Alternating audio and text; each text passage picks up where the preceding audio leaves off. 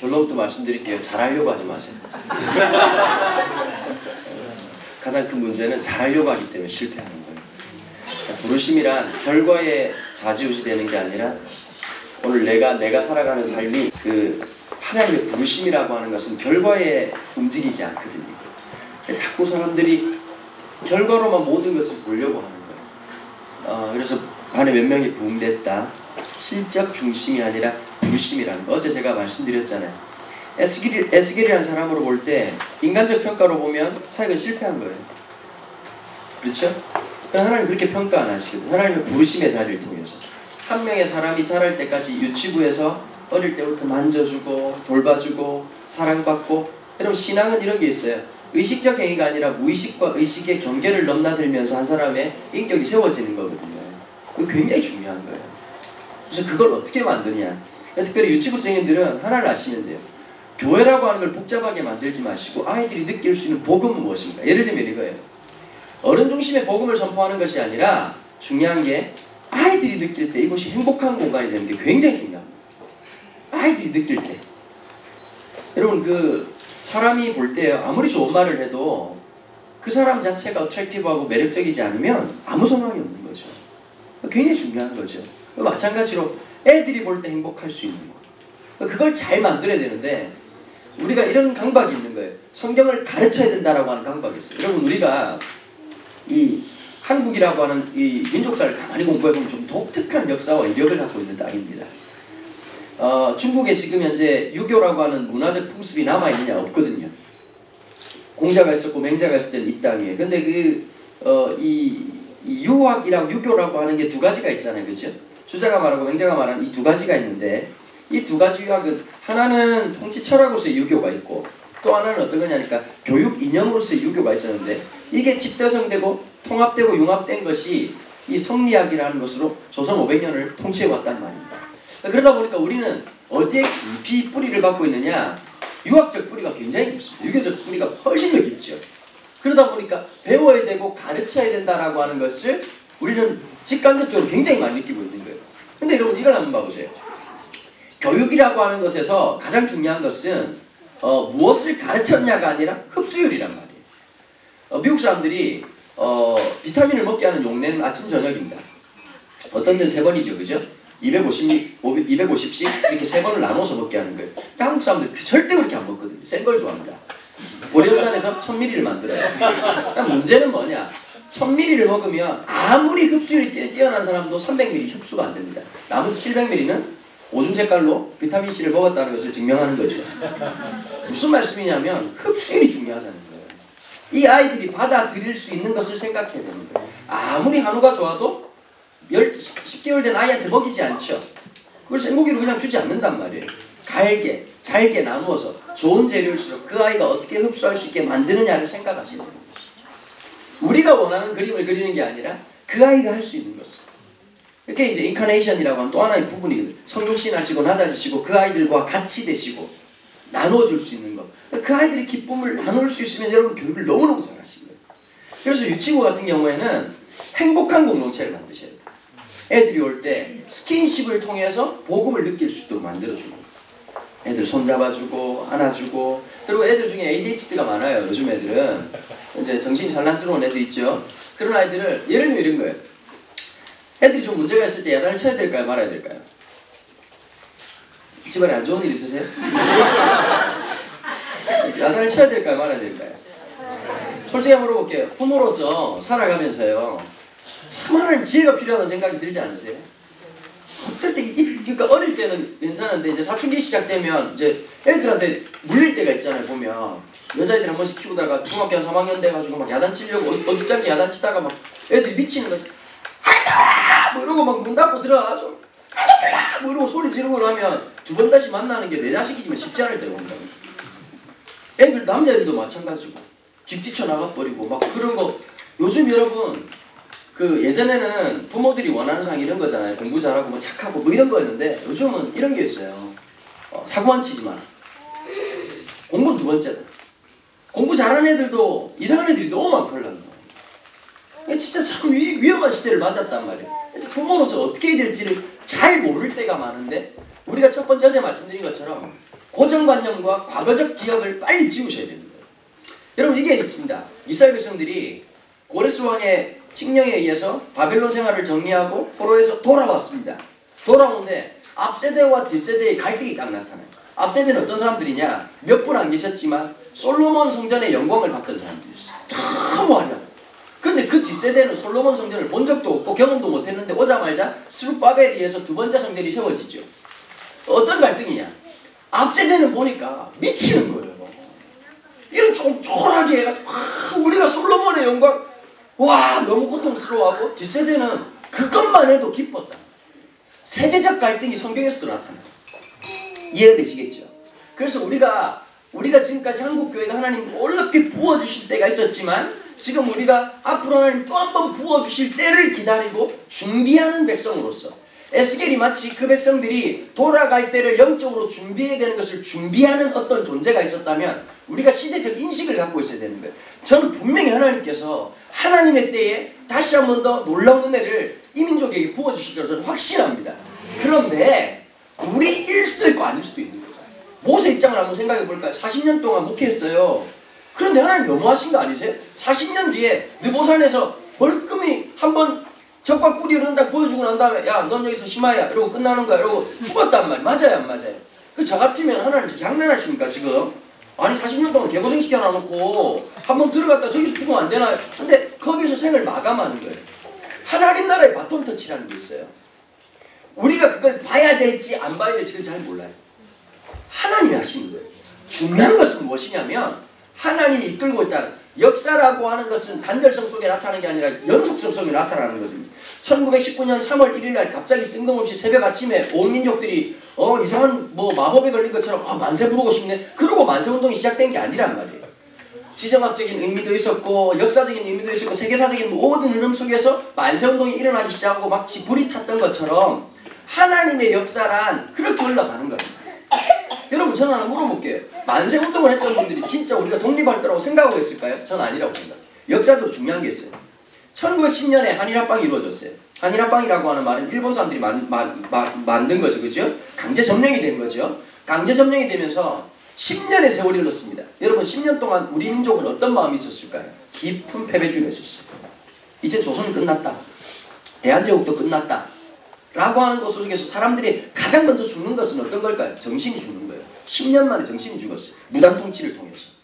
무단통치에 살 수 있던 역사적 의미라고 하는 건 이런 거예요. 죽더라도 어떻게 죽어야 될지 알고 죽는 거예요. 하더라도 무엇이 중요한지 알고 하는 거예요. 그분들에게 중요한 것은 독립이라고 하는 결과물이 중요한 것이 아니라 정신이 살았기 때문에 그 일들을 통해서 다른 여러 가지 일들이 전환적으로 발생할 수 있었다는 거예요. 지금 우리가 어떤 생각을 가져야 되느냐? 10년 뒤, 20년 뒤 우리 교회가 어떻게 될 거다. 아무도 장담 못해요. 무슨 말씀인지 아시죠? 목사가 너무 믿음 없는 말 하니까 좀 감당이 안 되십니까? 제가 딱 갑자기 막 우르르캉캉 셰셰셰 이러고 난 다음에 3년 뒤에 충신교회 지금 하나님께서 부흥을 주실 겁니다. 이러면 여러분들 분명히 울고 난리를 칠 거란 말이에요. 할 수 있어요. 근데 저는 이렇게 말씀드리고 싶어요. 그게 중요한 게 아니에요. 여러분 하나 물어볼게요. 저희 아버지가 그러시더라고요. 야, 강 목사, 이번에 부산에서 몇 년 전에 있었던 일이에요. 이번에 부산이 활칵 뒤집혔다는 거예요. 아버지 그 무슨 말씀이세요? 백사장에 예수 믿는 사람들 10만 명이 모인 거예요. 여러분 부산은 기독교 인구가 6%가 채 되지 않습니다. 그러다 보니까 기독교에 소위 말하면 성시화 운동 이렇게 하시는 분들이 계시거든요. 그분들이 모여가지고 우리의 세를 한번 과시하자. 백사장에서 모이자. 이렇게 해가지고 백사장에서 10만 명이 모인 거예요. 근데 말 그대로 10만 명이 모였어. 엄청난 일이 난 것 같아요. 제가 아버지가 저한테 그런 얘기를 하는 거예요. 여러분 10만 명이 모여서 한번 기도하고 찬양하는 걸 보면 엄청나겠죠. 저한테 그걸 자랑하신다고 전화를 했어요. 근데 제가 갑자기 너무 그냥 찬물 끼얹는 얘기를 했어요. 아버지 그래서 부산이 뭐가 달라졌대요? 여러분 하나님의 관심은 어디에 있을까요? 현상에 있지 않아요. 본질의 변화. 하나님의 역사는 임팩트에 있잖아요. 인플루언스, 영향력에 있는. 여러분 복음을 전할 때 우리가 예수 천당이라고 부르짖을 때 그 말씀이 역사하실 때가 있었어요. 시대적 상황 속에서. 그러나 지금은 이런 게 있는 거예요. 사람들이 너무 많은 걸 알고 있어요. 뭘 보기를 원할까요? 교회가 교회다움을 알기 원하고 교회가 소망이 되기를 원하는 거죠. 근데 우리는 물어보고 싶은 거예요. 교회는 소망인가? 나는 그 사람들에게 진정한 삶의 맛이 되고 있는가? 한 사람이 지나고 난 자리에 야 저게 사는 거지 라고 하는 말을 우리는 줄 수 있는 거예요. 여러분, 아이들이요, 왜 교회를 떠날까요? 소망을 발견하지 못하기 때문이죠. 그죠? 아, 이렇게 사는 거야 를 못 느끼기 때문인 거죠. 사람의 열망, 열정 속에서 그게 굉장히 중요한 부분들이거든요. 하나님의 율법이라고 하는 것을 완성하시는 방법은 무엇이었죠? 율법을 움직이고 하나님의 말씀을 말씀답게 만드는 것은 사랑이라는 역동이었어요. 참 신기한 게 있어요. 사랑이 없으면 말씀의 역사가 없어요. 분명히 설교를 하는 것 같고 성경을 얘기하는 것 같은데 사랑이라는 역동이 없을 때 아무것도 아닌 거예요. 사람이 신기한 게 있다니까요. 여러분, 신천지가 왜 저렇게 난리를 치는지 아세요? 교리 때문에 그런 줄 아시죠? 대부분 목회자들, 신학자들은 어떻게 생각하느냐, 신천지가 교리 때문이라고 생각하는, 그럼 교리 교육을 강화시키자 뭐 이렇게 하는, 그럼 바보들이에요. 왜 멀쩡한 사람이 신천지에 넘어가냐? 딱 하나, 비결은 딱 하나예요. 여러분들이 만약 입원을 했어요. 입원을 해가지고 신천지가 찾아왔어요. 여러분 거부할까요? 안 거부할까요? 거부하죠. 벌써 받아들일 눈빛인데 거부하죠, 당연히. 그런데 사람의 한계를 넘는 거예요. 100번, 200번 오는 순간 어떤 마음이 들까요? 대체 저 사람들이 뭐길래? 마음에 어떤 부분이 금이 가기 시작할 때가 있어요. 사람이 논리적이고 이상적인 것 같죠? 사람이 똑똑한 것 같죠? 마음의 부분이 무너지고 나면 그 다음에 무슨 말을 해도 따라가게 돼 있단 말이에요. 그게 이단에 넘어가는 특징들이에요. 이단들한테 우리가 배워야 될 게 딱 하나예요. 그 열정이 있는 사람들. 우리가 뭘 못하느냐? 그 사랑을 갖고 있어야 돼요. 한 사람을 사랑할 줄 안다. 이게 중요한 게 있습니다. 우리가 주일학교 사역이든 청년 사역이든 중고등부 사역이든 유치부 사역이든 제일 중요한 게 있어요. 내가 그 아이들의 편을 들어줘야 돼요. 애를 써야 돼요. 이해를 하게. 예를 들면 이거예요. 엄마 입장에서 보면 야, 이놈 병신 자식아, 왜 공부 안 하는 거야? 하면 되잖아. 너 방이 없어? 엄마 공부하면 뭐 학원 안 보내준대? 왜 못하는 거야? 라고 생각하니까 여러분들의 관계가 안 되는 거예요. 공부가 안 될 여러 가지 요인들을 좀 생각해봐야죠. 맞아요, 안 맞아요? 그 사람의, 그래서 영어에 보면 이런 게 있잖아요. Get in my shoes 라는 말이 있어요. 내 신발을 신어봐. 이게 뭐냐니까 입장 바꿔 생각해봐. 이런 말이거든요. 내가 그 사람의 입장, 그 아이의 상황 속에서 갈 때 그게 너무 지치고 힘들단 말이에요. 여러분, 아까 우리 랩에서 들은 것처럼 주님께서 버려진 사람들을 통해서 한 역사하시는 거예요. 인간의 역사, 인간의 장자의 역사를 하나님께서는 쓰십니까? 안 쓰십니까? 쓰지 않거든요. 하나님의, 인간의 기득권을 하나님 인정하십니까? 인정하지 않으십니까? 인정하지 않으시고, 그래서 하나님은 에서의 하나님이 아니라 야곱의 하나님 되신 거라고. 하나님의 역사거든. 하나님의 주관적 역사라는 걸 드러내고 있는 거예요. 그래서 우리가 알아야 될 게 있어요. 내가 지금 주어진 아이들에 대한 분명한 고백, 하나님이 보내셨다라고 하는 그 고백이 필요한 거예요. 여러분, 중요한 게 하나 있습니다. 하나님은 안 계신 곳이 없죠. 하나님이 안 역사하시는 곳이 없죠. 근데 또 하나 물어볼게요. 하나님 아무 곳에서나 역사하시나요? 그럼 우리가 모순이 되는 거예요. 철학적으로. 맞아요, 안 맞아요? 하나님 안 계신 곳이 없다. 하나님 모든 곳에 역사하신다. 그런데 하나님은 어느 곳에서나 역사하시는 것은 아니다. 여기서 하나 중요한 것이 있습니다. 하나님은 기계적 신이 아니라 인격적 신인 거예요. 무슨 말이냐? 하나님이 안 계시다는 것을, 하나님이 안 계신 곳이 없다는 것을 내가 인식하는 그 자리에 하나님의 나타나는 방식, 임재라고 하는 방식이 나타난단 말이에요. 여러분, 그래서 신앙 고백이 중요한 거죠. 마태복음 16장 16절에 보면 주는 그리스도시여 살아계신 하나님의 아들이십니다 라고 하는 고백을 베드로가 하게 돼요. 나여나 시모라 복되다. 그것을 알게 한 것은 네가 아니다. 그것은 하나님께서 알게 하신 것이다. 너 위에 내 교회를 세우겠다. 여기서 말하는 너 위에라고 하는 말을 뭐라고 해석하는 게 베드로일까요? 베드로의 신앙 고백일까요? 베드로의 신앙 고백이라고 우리 개혁주의는 받고 있죠. 그런데 베드로라고 누굴 받느냐? 캐톨릭은 베드로라고 받습니다. 그래서 여러분, 그 캐톨릭 성당의 본당이 어디입니까? 바티칸에 있죠. 바티칸 성당 이름이 뭐죠? 베드로 성당입니다. 베드로 성당에 가면 맨 중심에 뭐가 있죠? 놀라운 역사가 있죠? 베드로의 무덤이 있습니다.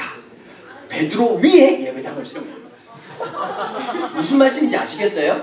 성경 해석이라는 게 그렇게 중요한 거예요. 너 위에라고 하자마자 예배당을 베드로 무덤 위에다가, 베드로가 얼마나 무겁겠습니까 지금.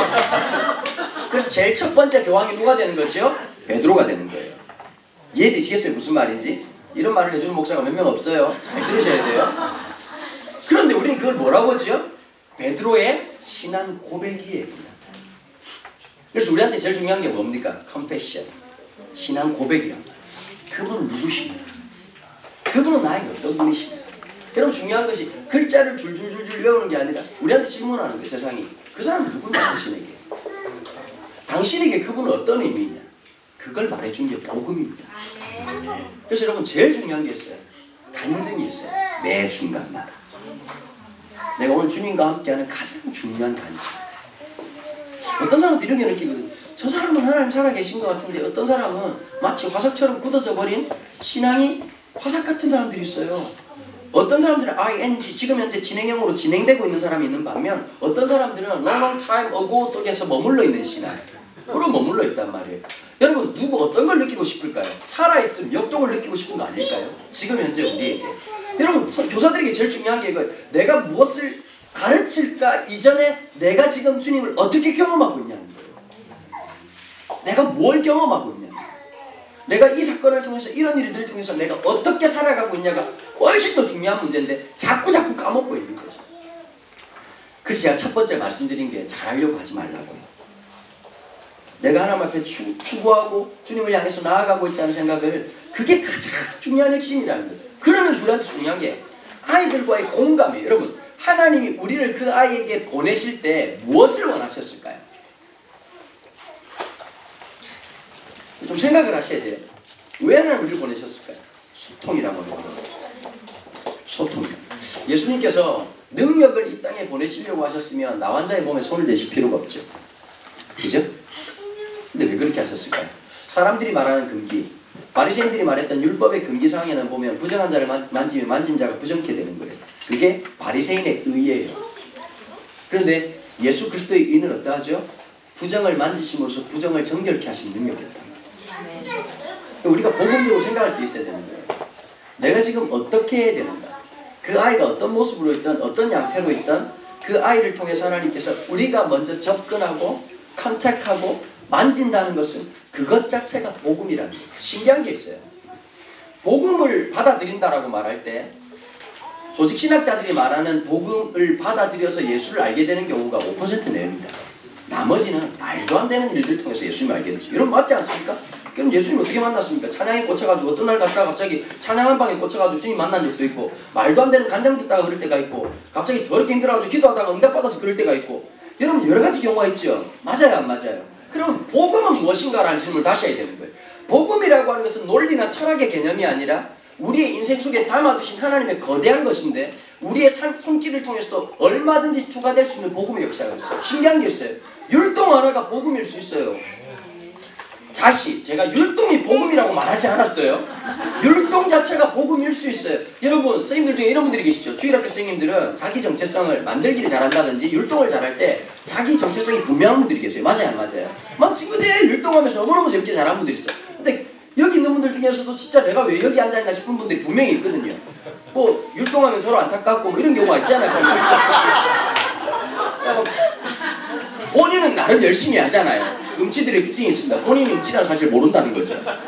몸치라는 사람들 똑같거든요. 보면 나름 열심히 하는데 정말 서로 안타까운 그 얼굴에서 진지함이 흐르고 있는데 전체적으로 볼 때 정말 안타까움도 동시에 흐르고 있으면 안타까움을 직감하지 못하는 그런 안타까움. 그런데 선생님들도 마찬가지고 내가 어떤 것을 할 수 있냐를 자꾸 까먹거든요. 중요한 게 있어요. 하나님의 역사는 복음이 전해진다라고 하는 정체성은 아까 말했잖아요.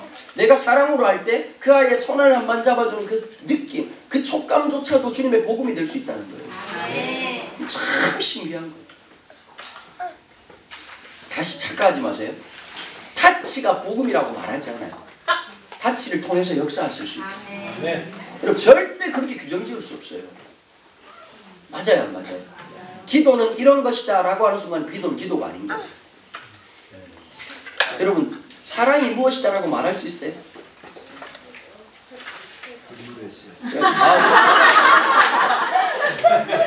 멋진 표현이죠. 우리가 고백 가사지만 누구의 씨앗이다 라고 말할 때 이것은 데피니션이 아니잖아요.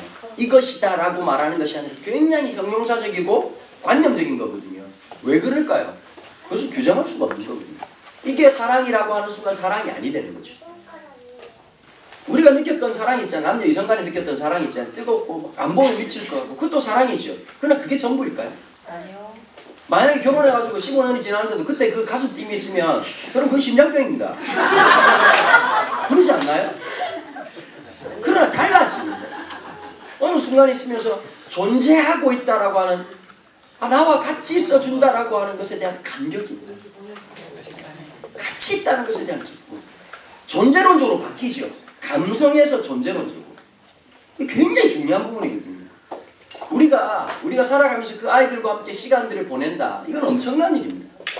어떤 조직이, 여러분 봐보세요.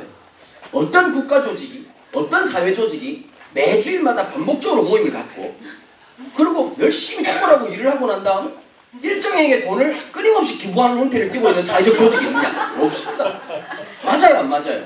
조력도 없고, 이건 진짜 세상에서 보면은 사회 조직적 개념으로 보면 이런 놀라운 역동적 공동체가 나올 수 있다는 게 놀라운 거예요. 스님들이 가끔씩 그런 얘기 하거든요. 우리 작가 선생님이 11조 얘기만 했으면 우리가 구조적인 모든 것을 기억하는 건데, 이런 안타까움을 가끔씩 스님들이 얘기를 하더라고요. 보면 여러분, 교회 공동체라는 게 독특합니다. 어린애부터 시작해가지고 갓난아이부터 죽음의 순간을 맞이하는 모든 사람들이 교회로서의 모임을 갖고 있다고. 그러니까 여러분, 우리가 무엇을, 그러니까 주일학교 아이들 보고 있잖아. 예수님 제자 이런 12명을 열심히 요기하면, 우리 중등부 선생님 물어볼게. 애들이 기억하던가요? 기억을 못해요. 우리 화학교육 열심히 배웠잖아. 학교 다닐 때. 기억나세요? 네? H2O나 기억나지 뭐 나머지 이상은 나오면 기억이 안 나잖아요. 맞아요, 안 맞아요? 똑같은 거예요. 그것 자체가 예수님의 제자 12명이라고 하는 게 중요하지 않아요. 우리 교회가 참 독특한 놈이 있었어요. 한 분 선생님이 한 번 질문을 한 거예요. 야, 너 예수님 제자 누군지 알아? 그랬더니 이놈이 너무 담대하게 사도 바울이라고 얘기하는 거예요. 야, 바울이 어떻게 있어요? 또 얘기해봐. 그랬더니 얘가 그 다음에 너무 무리수를 모세라고 얘기해요. 주님이 보좌 앞에서 기가 막힐 놈이 아니겠어요, 그죠? 모세가 베드로 바울 보고 야, 니하고 내가 동창이란다 이러면 얼마나 놀랬겠어요. 그걸 누가 나한테 컴플레인하러 온 거예요. 목사님 도대체 어떻게 가르쳤길래 애들이 예수님 제자도 제대로 모르느냐. 그 말을 듣자마자 머리가 복잡해지기 시작하더라고요. 제가 말을 좀 잘합니까? 그래서 제가 무슨 말을 할까? 그걸 그렇게 좁게 생각하시면 안 된다. 모세도 바울도 우리도 그리스도의 제자 아닙니까? 이게 작게 생각할 게 아니라 광의적 개념으로 생각해야 된다. 우리는 그 백성이란 뜻이고, 그 아이가 12명의 이름을 외운다는 게 중요한 것이 아니라 나도 주의 부름을 받은 존재라고 하는 제자적 인식이 생길 때 그게 교회다움 아니겠냐.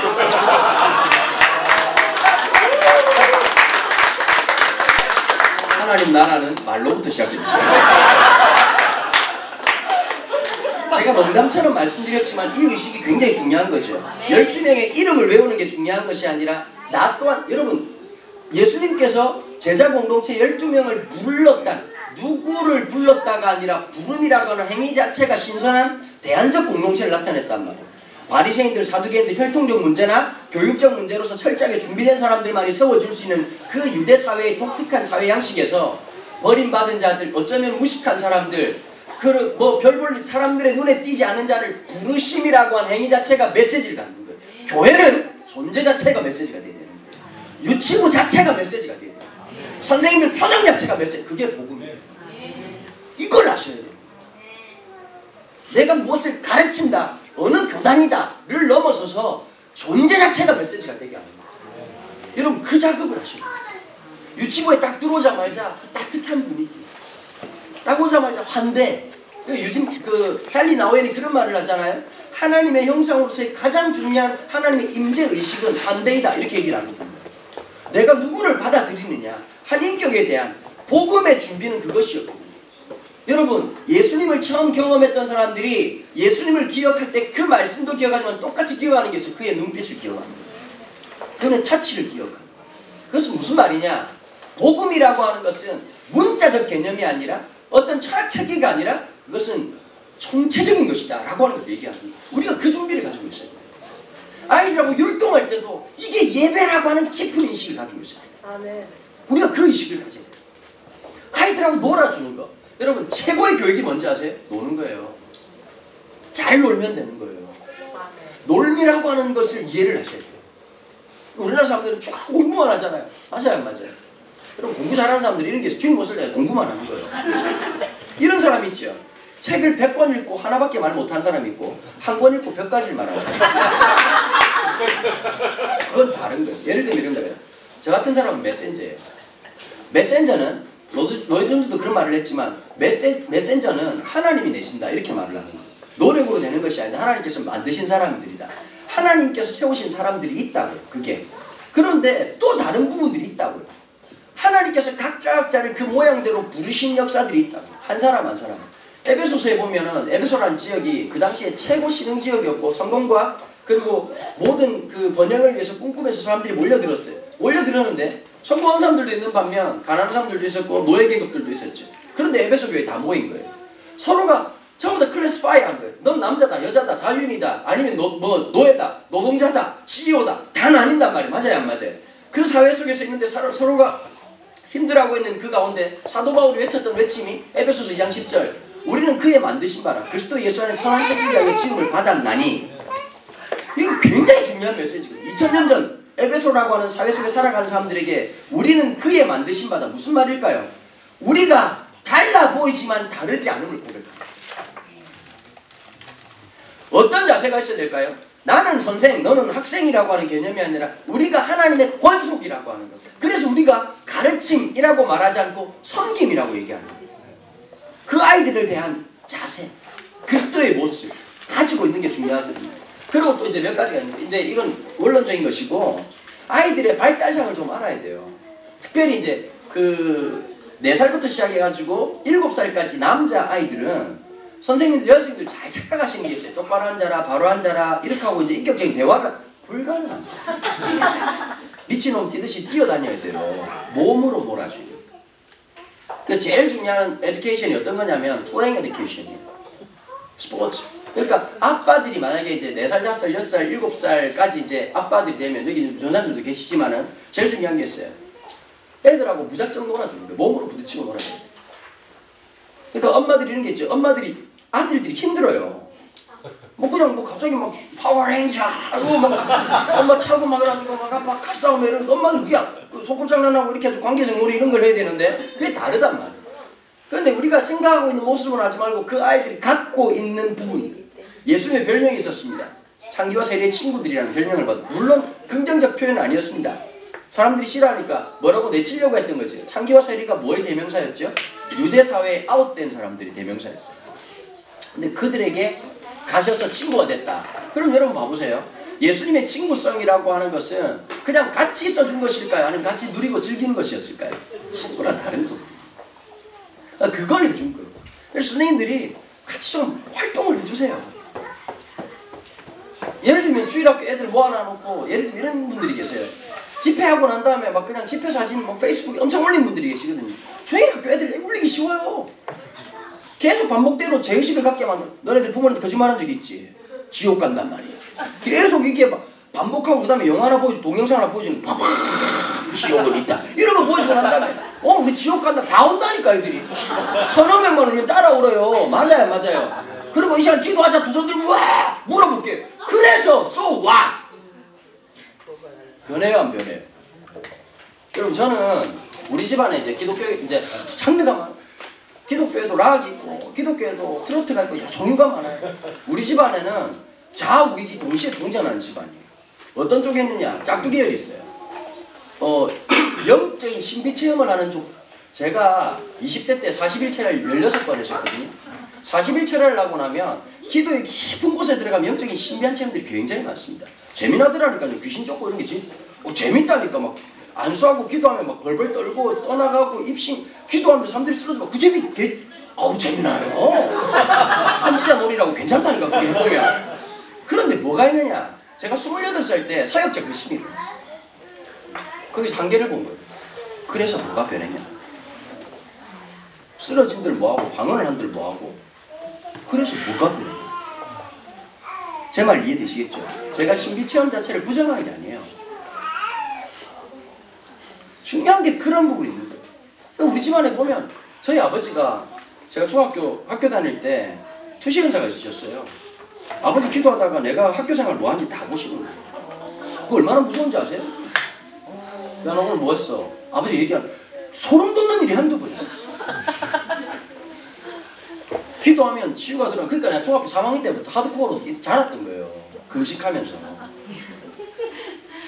그러니까 우리는 희한한 사람들 별로 안, 그러니까 막 기독교의 무당들 많거든요, 보면. 딱 보면서 막, 뭐 이런 거 있잖아요. 신기한, 설교를 아무리 잘해도, 여러분 말씀 제대로 전하면 은혜 받을 것 같죠? 아니, 아멘 안 했어. 한순간 안 변한다니까. 좋다가, 좋은 말 하면 안 들리다가, 이런 말 하면 딱 들리는 거예요. 기독교의 무당들이 딱 보면서, 집사님, 뭐, 제가 기도하면서, 제가 이 말을 정말, 제가 이 말을 정말 제가 진짜 많이 고민을 했는데, 지금, 우리 집사님한테 지금, 시냇물이 흐르고 있는데 지금 막혔다는, 제가 어떻게 말을 해야 되나, 한마디 하고 지나가면 계속 그 생각나요. 맞아요, 안 맞아요?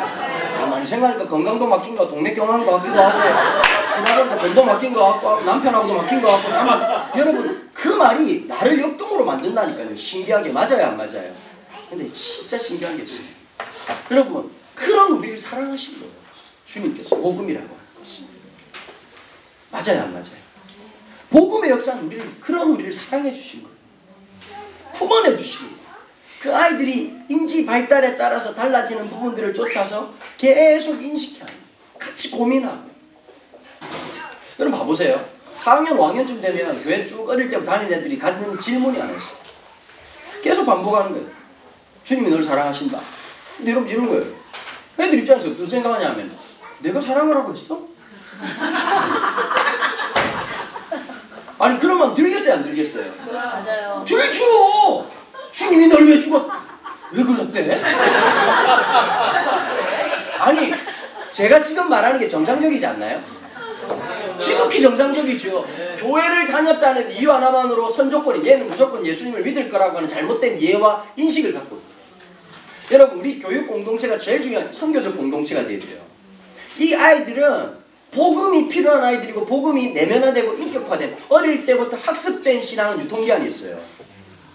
학습된, 그 주일학교 선생님들 이런 게 있잖아. 주일학교 때 얘가 그렇게 믿음이 좋고 전도도 하고 기도도 하고 아빠를 위해서 기도하자, 그 헛소리 한 거예요 걔가. 중학교 2학년쯤 되면 갑자기 막 그때부터 교회 가라, 내가 왜 가야 되나요? 뭐 이런단 말이에요 애들이. 기가 막힌 거죠.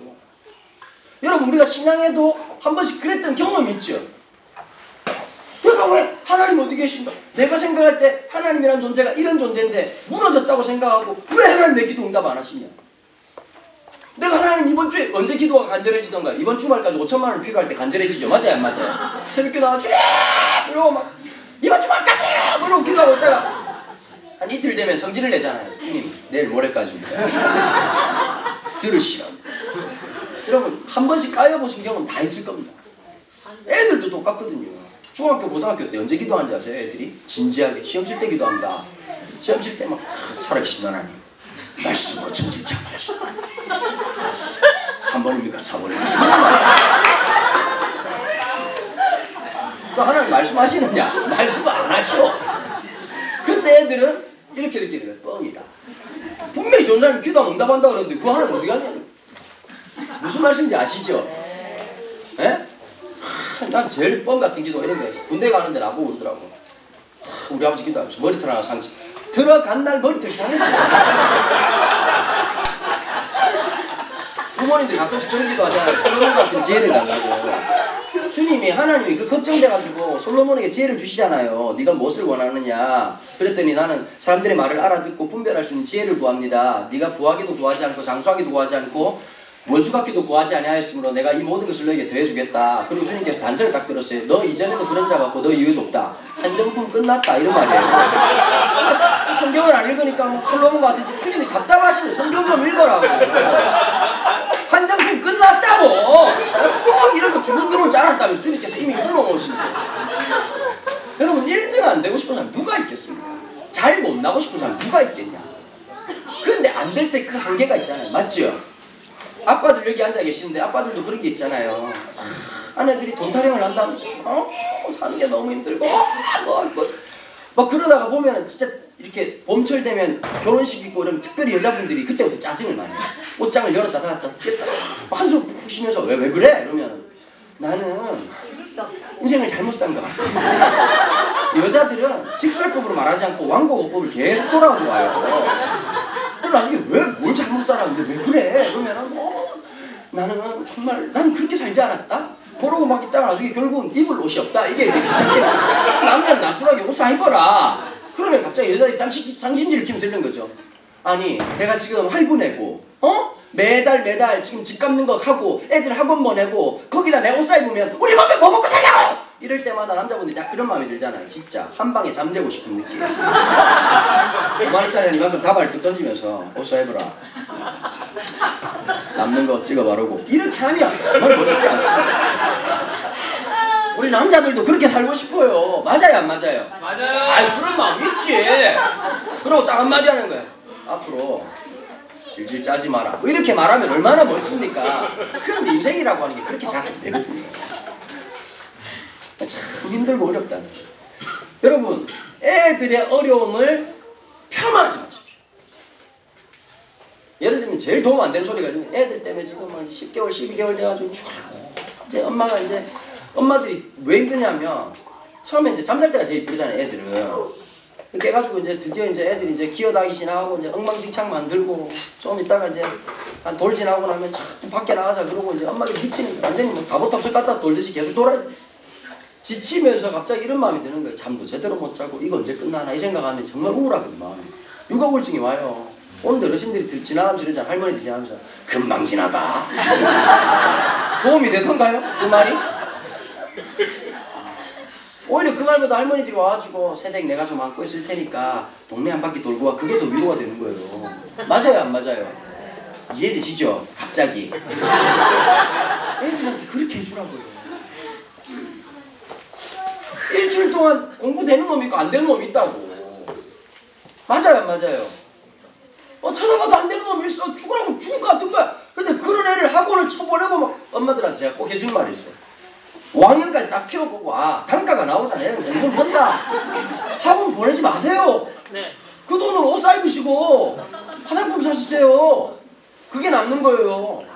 안 될 놈을 된다고 그렇게 안 되는 거예요. 그거는. 그런데 애를 갖다가 칠판 쳐다본 놈을 주일날 와가지고 얘들아 성경 공부하자 그러면 애들이 말씀을 가르쳐주세요. 진리의 말씀을 가르쳐주세요. 깨닫고 싶어. 그럴까? 아니 소비자 입장을 생각해 주라고.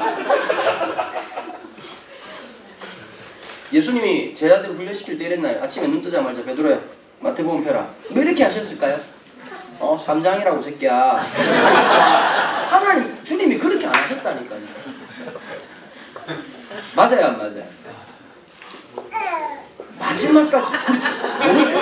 근데 성경을 보면 하나 분명한 게 있었어요.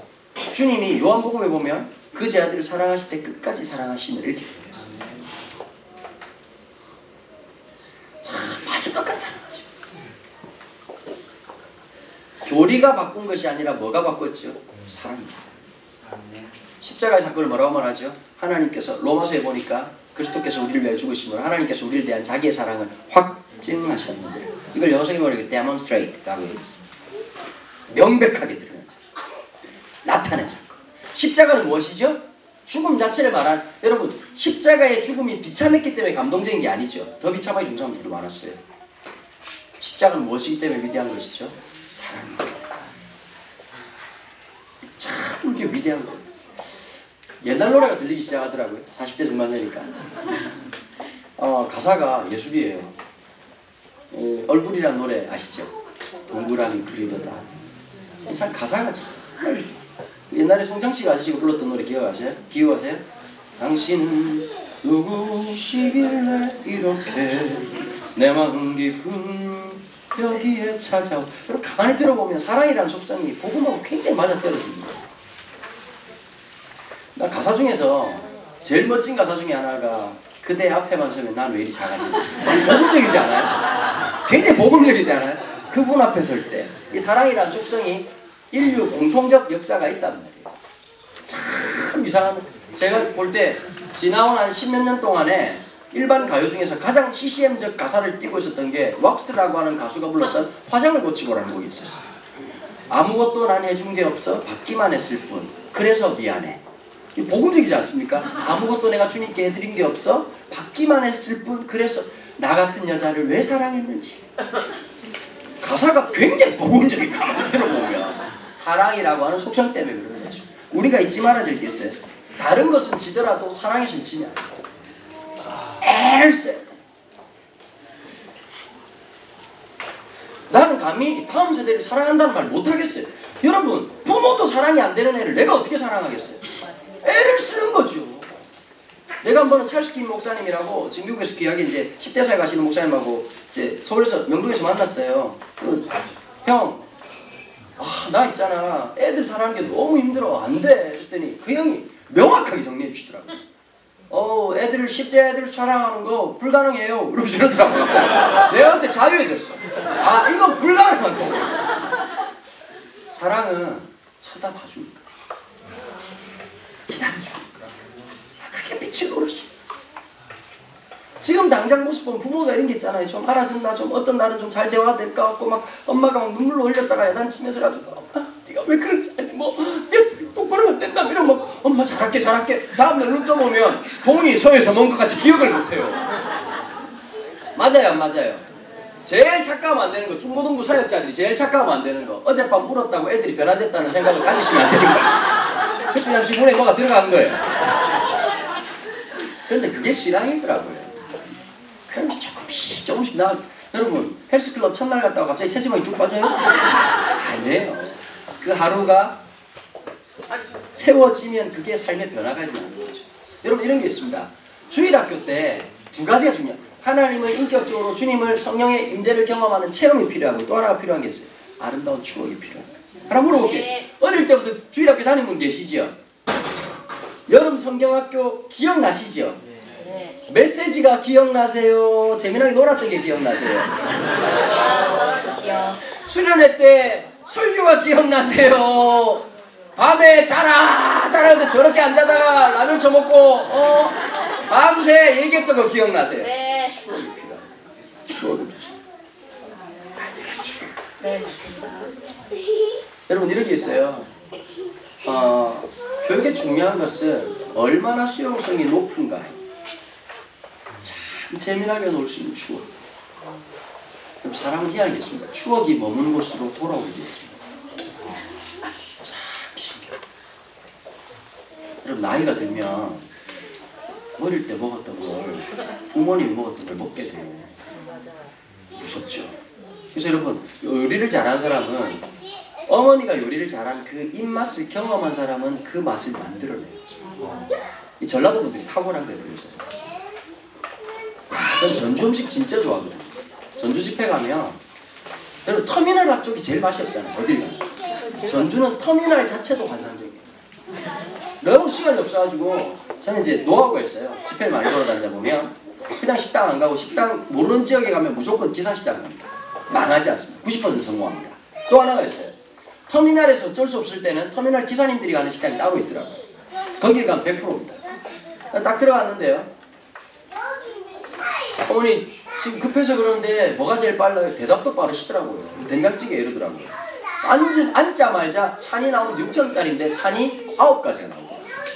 그럼 급하게 만든 된장인데도 너무너무 맛있는 거예요. 뭘 어떻게 했는지 모르겠지만. 근데 여러분, 참 신기한 게 있죠. 그 맛이 기억이 납니다. 어릴 땐 싫었는데 똑같다니까요. 사람이라고 하는 게 그 추억, 그 공동체적 경험, 그 느낌이 그대로 살아난단 말이에요. 여러분, 이게 의식적 종교 행위가 있고 무의식적인 게 있거든요. 지금은 사실은 무의식에 기억도 안 난다니까. 애들이 사진 찍어가지고 옛날에 이랬구나라는 게 생각나지, 그 뭘 했냐는 거 별로 의미가 없어. 그런데 그 무의식이 기억하게 만드는 게 진짜 중요해요. 여러분, 또 이제 초등부 4학년, 5학년, 6학년 모르겠습니다. 제주라고 한 지는 또 특성이 있을 테니까 4학년, 5학년, 6학년쯤 되면 6학년들이요. 이게 웃긴 것들이 있어요. 초등학교에 이제 체력상에 오르다 보니까 와, 얘들이 말년병장 같은 느낌이 듭니다. 뭘 안 할라 그래. 뭐 안 할라 그러고 막 세상이 다 된 것처럼 막 굴어요. 애들이 보면. 그리고 또 싸가지가 더럽게 없어요. 맞아요, 안 맞아요? 애들하고 얘기하다 보면 막 선생님하고 얘기하는데 막 됐어요. 뭐라고 귀찮게 보는 거예요. 진짜 힘들어요. 걔들하고 이제 야단을 치려고 하면 중요한 게 있습니다. 야단을 칠 때 어떻게 되느냐? 눈을 보고 정확하게 야단을 치고, 성질을 내지 말고 야단을 치고. 네가 이렇게 하는 게 선생님 굉장히 마음이 잘한다. 조금만 더 네가 뒤에 하고 싶은 말을 정확하게 표현해 줬으면 좋겠다. 제가 우리 집 애들한테 훈련시키는 게 있어요. 우리 집 둘째가 딸이에요. 딸애들은 어린 양 같은 게 있잖아요. 보면 애기처럼 그러면 다시 말해라. 아빠 무슨 말인지 우주인 아니다. 다시 말해봐. 훈련을 해야 되는 거야. 내가 꼭 얘기해 주는 게 있어요. 신혜야, 아빠는 네 말을 알아들을 수 있지만 모든 사람은 네 마음을 모를 수 있다. 그 훈련이 필요하다. 나이스하게. 그래서 이제 가끔씩 우리 아들이 짜증을 내면 네가 짜증난 이유를 써서 와봐. 그러면 써가지고 와요. 그러면 대화가 되는 거예요. 무슨 말인지 아시겠죠? 애들이 배워야 되고. 학교에서 그걸 안 하거든요. 선생님들이 야단을 칠 때도 애들이 딱 이런 게 이 사람은 다른데? 제가 팁 하나 드릴게요. 시험 성적 나오고 난 다음에 야단 치지 마세요. 의미 없어요. 우리 기억나시죠? 성적표 나와가지고 엄마 아빠가 날 죽이려 했던 그 느낌. 도장을 찍어주니 많이 뭐라고 뭐 인생을 뭐 파버리겠다 뭐 이럴 때 있었잖아요. 그래서 그때 마음은 딱 하나야. 오늘 밤이 지나가게 하옵소서. 6월절 6월절. 내일 아침은 밝을까 뭐 이런 거 있잖아요. 그렇죠? 오늘도 무사히. 야단을 칠 때 효과가 있게 야단을 쳐야 돼요. 언제 야단을 치느냐? 시험 전날 야단을 쳐야 돼요. 저는 꼭 그렇게 해요. 아빠가 너 결과 때문에 야단 치진 않는데 아빠가 이번에 보니까 네가 준비하는 자세가 굉장히 집중력이 없다는 느낌을 받았어. 아빠 느낌이니까 틀릴 수도 있고 맞을 수도 있을 거다. 근데 아빠가 기대하는 다음번에 조금 더 집중하는 모습을 아빠가 봤으면 좋겠어. 여러분, 결과가 나오지 않으니까 잔소리가 길어질까요? 짧아질까요? 아주 짧아지죠. 그리고 성적 끝나면 우리 아들이 그 얘기하더라고요. 친구들이 성적표 나오고 난 다음에 엄마한테 맞은 아이들, 혼난 아이들 진짜 많았다는 거예요. 애들끼리 그런 간증을 한대요. 어제 엄마가 나한테 뭐 해죽인 줄 알았다. 이러고 막 애들이 얘기하는 거예요. 5학년짜리니까. 근데 얘 한 번은 신원이가 이런 얘기를 하더라고요. 제 아들이. 너 어떻게 하냐니까 우리 아빠는 시험 전날 다음번에 잘 준비하라고 얘기했어요. 우리 아빠는 결과 때문에 야단치지 않아. 그럼 그게 구별되는 거예요. Something different. 기독교 교육에 중요한 것이 이런 거예요. 여러분 애들이 교회 가도 왜 소망을 못 느끼냐 어릴 때부터. 우리 엄마나 옆집 엄마나 똑같은 거예요. 신구관에 그냥 벌벌 떨고 있는 그 아줌마나 우리나 똑같다고 느끼니까 애들이 something different 못 느끼는 거예요. 여러분 excellent가 세상을 바꾸는 것이 아니라 something different. 부모를 향할 때 우리가 교육을 볼 때 애들이 여러분 4학년 5학년만 돼도요 이런 게 있어요. 여자애들은 다 자기가 못생겼다고 생각해요.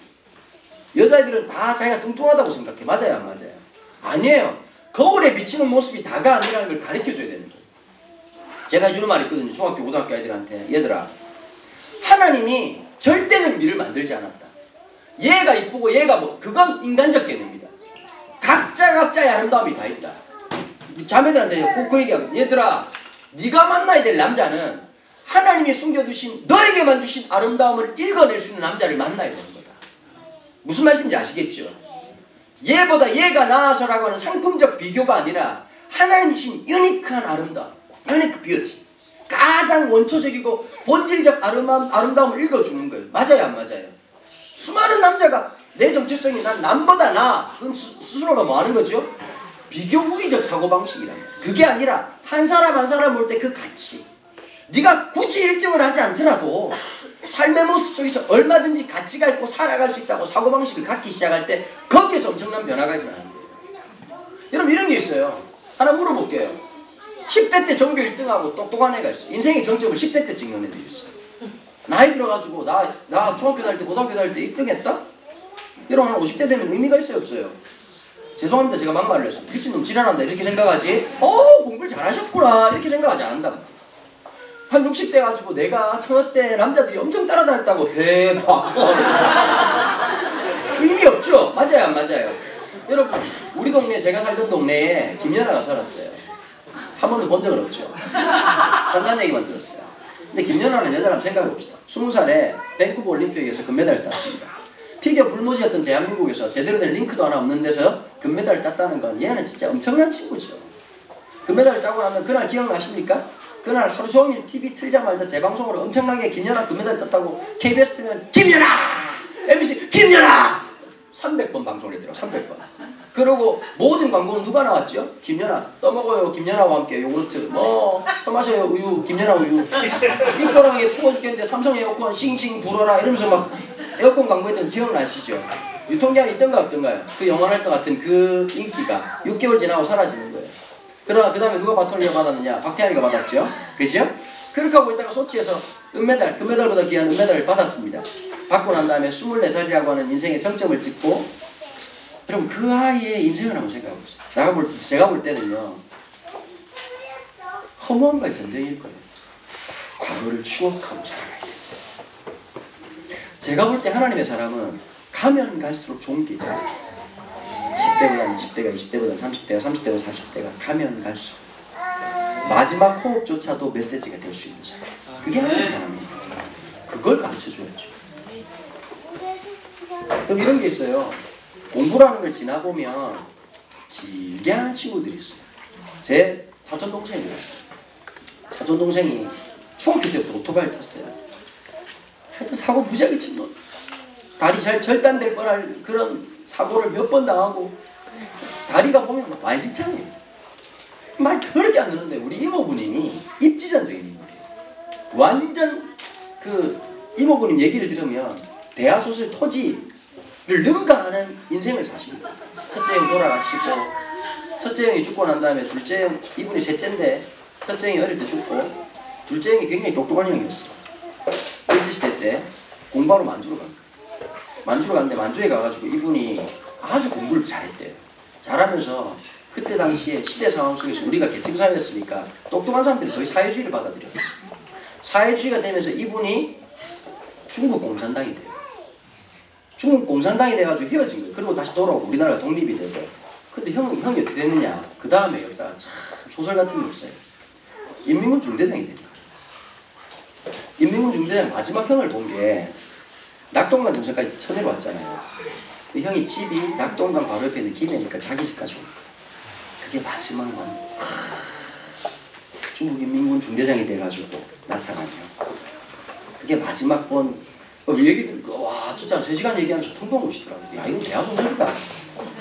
근데 이분이 아무것도 없는데 그 가난하면서 가장의 역할을 해야 됐고, 아버지는 폐병 환자라서 아무것도 하시는 게 없었고, 어머니하고 둘이서 이제 겨우 먹고 살면서 그 얘기를 하더라고요. 교회에서 소풍을 갔는데 사람들마다 도시락을 주는데 자기 아무것도 못 주는 거야. 옆 친구가 계란 하나를 까먹는데 그게 그렇게 먹고 싶은데 그 얘기를 하더라고요. 그렇게 부자인 우리 이모부가 지금도 계란에 집착인데. 무슨 말씀인지 아시죠? 우리 어릴 때 바나나 한이설이었잖아요. 우리가 원숭이도 아니고. 지금 그렇게 해놨는데 그런 거 있으시죠? 저도 그런 게 있다니까요. 마트에 가면 제일 먼저 사야 될 계란. 아마 이 가난한 사람들이 공통된 특징이야. 보면 계란에 대한 이 노스텔지아 다 향수가 있다고. 이 보면 왠지 쌀을 우리 어머니가 서울에 올라가가지고 사역을 시작하는데 우리 어머니가 개척교회에서 너무 힘들어 놓으니까 우리 아내한테 지상 명령을 내렸어. 사례를 받으면 쌀부터 사라. 이 한이설의 얘기야. 아니 부모로서 너무 힘들. 내가 도시락을 중학교 3학년 때까지 한 번도 싸본 적이 없어. 부모로서 어머니로서 얼마나 마음이 아팠을까. 그 마음이 아프니까 이제 이런저런 얘기했습니다. 우리 이모부가 그래가지고 이제 경남 쪽에 서원유통 탑마트라는 게 있습니다. 그걸 시작하신 분이 우리 이모부예요. 근데 동생이 탑마트 회장이에요. 그러니까 입지전적인 인물이니까 지금 나이가 80이 다 됐는데도 새벽 6시에 일어나세요. 창고 청소하시거든요. 그러니까 평생을 일하십니다. 아들을 키우는데 쉽게 안 키우더라니까요. 그러니까 자기 아들한테 싸우는 거예요. 인간 안 될 새끼라. 엄청 욕을 하더니 얘가 이제 군대도 못 가게 됐잖아요. 엉망진창이 돼가지고. 이놈을 서원유통 창고를 3년 동안 청소를 시켜요. 얘도 대단한 놈. 아버지 너무 무서워. 3년 동안 청소를 안 해. 군생활 대신 청소를 안 해. 3년 하고 난 다음에 아버지가 뭘 인정했냐니까 이놈이 그래도 매일 일을 안 하는구나 라는 걸 인정하고 난 다음에 마트에 있는 채소 분야를 하나 맡기고, 채소 분야를 하면서 이런 게 있어요. 우리가 볼 때 채소 팔면 되잖아요. 이게 굉장히 머리를 써야 되거든요. 어느 때 어느 제품을 떼와야 되고, 산지직송을 어떻게 해야 되고, 어느 때 땡처리를 해야 되고, 어느 때 재고를 제일 많이 줄일 것인가. 이게 우리가 볼 때 대충 파는 것 같지 머리를 엄청 돌려야 돼. 얘가 전문대를 다녔어요. 전문대를 가는데 뭐 공부를 하고 싶어 전문대 갔겠어요. 내 없는 놈이 가가지고 그냥 학교 가가지고 이제 학교 식당에서 밥 처먹고 이제 돌아온 거죠. 그러다가 갑자기 얘가 28살이 돼요. 회심하게 된 경우가 딱 요때예요. 자기가 보니까 유통에 대한 공부에 대한 피부를 느낀 거야. 27살 때. 그래가지고 일본에 3주 동안 일본 유통이 발달돼 있잖아요. 가서 일본말도 못하는 건데 손짓 발짓 하면서 보니까 체계적이고 뭔가를 공부해야 된다는 생각을 하고 28살 때 나를 찾아와가지고 형 나 편입해야 되겠어 이런 얘기를 하더라고. 28살에 4년제 3학년으로 편입을 해요. 공부는 여전히 못했어요. 공부는 안 맞는 놈이 어차피 얘는. 그런데 뭘 하느냐? 다른 애들하고 다른 거예요. 점수는 떨어져도 이게 무슨 의미인지를 정확하게 아는 거예요. 그냥 칠판에서 말하고 있는 효율성이라고 하는 말이 아니라 효율성이 아니라 지금 당장 내가 만나야 되는데 하고 무슨 상관이 있냐는 거죠. 그걸 느끼기 시작하더라고요. 얘 지금 너무너무 잘하고 있어요. 가면 갈수록 일본말 요즘 되게 잘해요. 이런 게 있어요. 글자로 일본말을 배우면 일본말을 못합니다. 한국 사람들이 왜 영어를 못하느냐? 12년 넘게 하면서도 불구하고 영어를 못하는 이유는 언어로 버벌 랭귀지로서 이해를 하는 게 아니라 문자로 이해를 하니까 외국 사람들 나타나면 틀릴까봐 말을 못하는 거예요. 그냥 하면 돼요. 얘는 일본말을 문자로 배운 게 아니라 커뮤니케이션 하면서, 그러니까 한국 교육이 가장 문제가 있어요. 영어가 안 되는 게, 영어를 아카데믹 어프로치, 공부를 하기 위해서 글자를 쓰고 토픽을 쓰고 그 다음에 에세이를 쓰기 위해서 배우는 영어가 있어요. 근데 대부분 영어는 커뮤니케이셔널 잉글리시예요. 그죠? 서로 소통하고 뭐 이렇게 밥 사 먹고 이런 거 아니겠어요? 우리가 쓰는 게. 근데 우리 한국 영어가 이 두 개가 섞여버리니까 목적성을 잃어버린 거예요. 제가 볼 때 고등학교 때까지는 커뮤니케이션 잉글리시를 가르치고 대학을 가서부터는 자기 전공 분야에 필요한 아카데믹한 잉글리시를 가르쳐야 되는데 이게 혼재돼 버린 거, 엉망진창이 돼 버린 거. 근데 얘는 다행히 학원을 안 가고 가가지고 사람들한테 신기한 게 있어요. 현장에서 하면은 그 단어가 의미가 있다는 게 딱 느껴져요. tell이라고 하는 영어 동사가 있어요. say라고 하는 게 speak이라고 하는 게 있어요. 우리 다 배웠잖아요. 그죠? 다 말하다이지만 용도가 다 다릅니다. say라고 하는 일반적으로 얘기하는 거, speak이라고 하는 것은 청중에 있는 제가 지금 이렇게 말하는 것을 speak이라고 얘기하는 거예요. 근데 tell은 무슨 말이냐 이렇게 말하는 거예요. 엄마가 씻어라. 씻어라. 엄마가 분명히 말했다. I told you. 여기서 말하는 tell이라고 하는 것은 의도를 갖고 얘기하는 거거든요. 그거는 살아봐야 그 의미가 탁탁 느껴질 때가 있어요. 이 친구가 그렇게 느는 거예요. 여러분들이 자녀들을 양육할 때 제일 중요한 게 있어요. 사람을 보는 관점이 있어요. 주일학교 선생님들이 제일 중요한 거, 이 아이를 보면서 숨은 그림 찾기 같은 보배 같은 부분, 하나님이 숨겨놓으신, 밭에 숨겨놓으신 보화가 무엇인지를 봐야 돼요. 예를 들면 이런 거예요. 엄마들이 이렇게 말하고, 우리 애는 친구 때문에 말한다고. 친구가 너무 많다는 거예요. 바보 같은 얘기예요. 관계성이 탁월하다. 여러분 얘들은 사업하면 대박 날 놈입니다. 맞아요, 안 맞아요? 관계성이 있다는 건 관계적 지능이 굉장히 높다는 뜻입니다. 이런 아이들은 그러면 관계성이 높다는 말의 뜻은 얘는 평생 무엇을 못 떠난다는 얘기일까요? 사람을 못 떠난다는 얘기입니다. 이런 애들 영어 공부하기 하는 방법이 있습니다. 외국에, 미국에, 아리조나주에 한국 사람 아무도 없는데 보내잖아요. 영어 6개월 만에 놀랍게 합니다. 혼자서 못 살기 때문에. 손짓, 발짓, 뭐 그게 뭐 그 흑인 영어든 무슨 영어 사투리든 귀신같이 하는 거예요. 사람을 보고 가르쳐야 돼요. 뭘 해야 될지. 그런 아이들을 잡아놓고 하려고 하면 될까요? 안 될까요? 절대 안 됩니다. 사람을 보고, 그러니까 어떤 게 있냐면 부모한테 얘기를, 부모가 이 아이를 다 할 거라고 생각하잖아요. 등잔 밑이 어두운 법이에요. 내가 생각하던 아이하고 나중에 보면 그 아이하고 전혀 다른 거거든요. 특별히 이제 애가 셋이다. 그럼 둘째들이 자기성을 제일 많이 가립니다. 사람이 신기한 게 있어요. 첫째라고 하는 그 구조 안에서 자기 역할놀이 하는 애가 있고요. 막내는 막내인데 둘째는 자기 포지션이 없잖아요. 이런 아이들은 부모들이 존재감이 별로 안 느껴져. 근데 얘들은 밖으로 나와보면 이 아이가 어떤 아이인지 명확하게 드러날 때가 있어. 그렇게 드러내는 공간이 어디냐니까 교회라고 하는 공간일 수 있거든. 사람은 한 면으로만 판단을 못합니다. 여러 가지 면이 있다고 보면. 우리도 그렇잖아요. 제가 아들이라고 하는 정체성이 있어요. 내 정체성이 있어요. 또 하나는 아빠라고 하는 게 있어요. 그죠? 아빠라고 하는 자아가 있어요. 남편이라고 하는 자아가 있어요. 목사라고 하는 자아가 있어요. 그럼 어떤 게 진짜일까요? 다 진짜죠. 근데 그 가운데서 우리가 엮어서 함께 살아가야 될 게 있거든요. 그러니까 주일학교라고 하는 개념이 평가적 개념이 아니니까 내가 얼마든지 드러날 수 있는, 여러분 제일 좋은 공동체는 내가 마음껏 드러날 수 있는 공동체가 되게 하는 거예요. 아멘. 그래서 우리 선생님들이 보면 그 사람 앞에서만 긴장하지 않고 주눅들지 않고 마음껏 나를 펼칠 수 있는 거예요. 아멘. 그게 교회 교육에서 제일 해줘야 될 가장 중요한 바닥이거든요. 아멘. 바탕이고. 아멘. 어떠세요? 시어머니 앞에서 말 함부로 하세요? 다리 뻗고라도 어머니 누우세요. 같이 누워요. 안 되잖아요. 네. 그치요? 네. 그런데 내가 마음 편하고 내 마음껏 내 기쁨, 내 느낌 말할 수 있는 사람, 그걸 자유로움이라고 얘기하잖아요. 애들이 계속 긴장하는 거야. 학원 가서도 암묵적 그 경쟁 구도가 있죠, 그죠? 네. 엄마들은 똑같아. 엄마들은 어떻게 똑같았냐면, 왜 같이 쟤랑 선생님 있잖아요. 쟤랑 같이 시작했는데 왜 우리 애는 채련이가 아직까지 안 들어간 거죠? 막 이렇게 말하는 거거든요. 쉽게 말씀드릴까요? 왜 안 된지 아세요? 못하니까요. 여러분 잘하는 애도 있고 못하는 애도 있죠. 맞아요, 안 맞아요? 누구 닮았을까요? 엄마요. 근데 그걸 잘 까는 거야. 분명히 있단 말이에요, 이게. 그런데 자기도 모르게 경쟁 구도로 자꾸 내밀고 있으니까 애들이 긴장해요. 교회 와서도 율동을 잘한다 못한다라고 하는 개념이 아니라 있는 그대로 봐주는 거예요. 그 아이들 모습. 중등부 아이들은 선생님들 하나만 딱 말. 중등부 선생님 손 들어보세요. 중등부. 그 다음에 중등부 자녀를 두시면 손 한번 들어보세요. 다 손 들고 손 내릴게요. 제일 하면 안 되는 것부터 가르쳐 드릴게요. 대화를 하지 마십시오. 대화가 불가능합니다. 그 아이들이 원치 않아요. 오히려 뭐가 필요하냐면 쓱 지나가면서 한마디를 해주는 거예요. 아이고 많이 지쳐 보이네. 쓱 지나가잖아요. 그 말이 들립니다. 굉장히 지워. 그 한마디. 오늘 슬퍼 보인다. 아니면 그냥 지나가면서 오늘 멋져 보이는데? 하나만 더. 여자애들은 여러분 절대 외모를 평가하지 무조건 이쁜 거예요. 무조건 신앙 고백적으로 고백. 어줍지 않게 너 깻잎 머리 안 어울리. 쓸데없는 존재. 보시기에 좋았더라. 주님이 끝냈어요.